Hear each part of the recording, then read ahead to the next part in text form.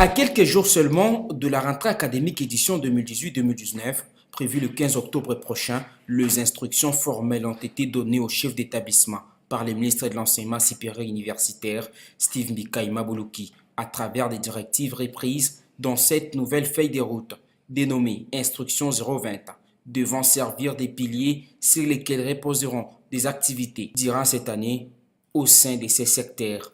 Ces documents de référence a apporté, contrairement à l'année dernière, deux importantes innovations, dont la matérialisation de la vision du gouvernement congolais, a instauré les bourses de solidarité au profit des étudiants issus des familles démunies et celle de l'émergence visant le développement du Congo. Steve Mbikai revient ici sur l'essentiel de cette activité. Cette instruction a tenu compte de tout ce qu'on a eu comme difficulté l'année passée.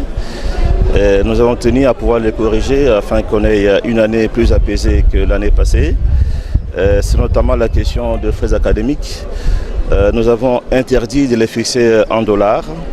On doit les négocier avec les partenaires en francs congolais, tenant compte des besoins, n'est-ce pas, de l'établissement.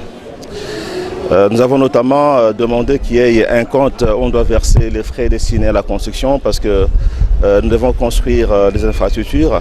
Et nous avons aussi annoncé la poursuite de la bourse de solidarité d'excellence pour aider les familles pauvres à envoyer leurs enfants à l'université.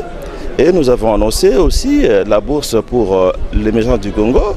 Le gouvernement va envoyer des centaines de Congolais ayant leur diplôme universitaire et puis assistants chefs de travaux à l'étranger pour pouvoir nous importer des connaissances technologiques pour l'émergence de notre pays.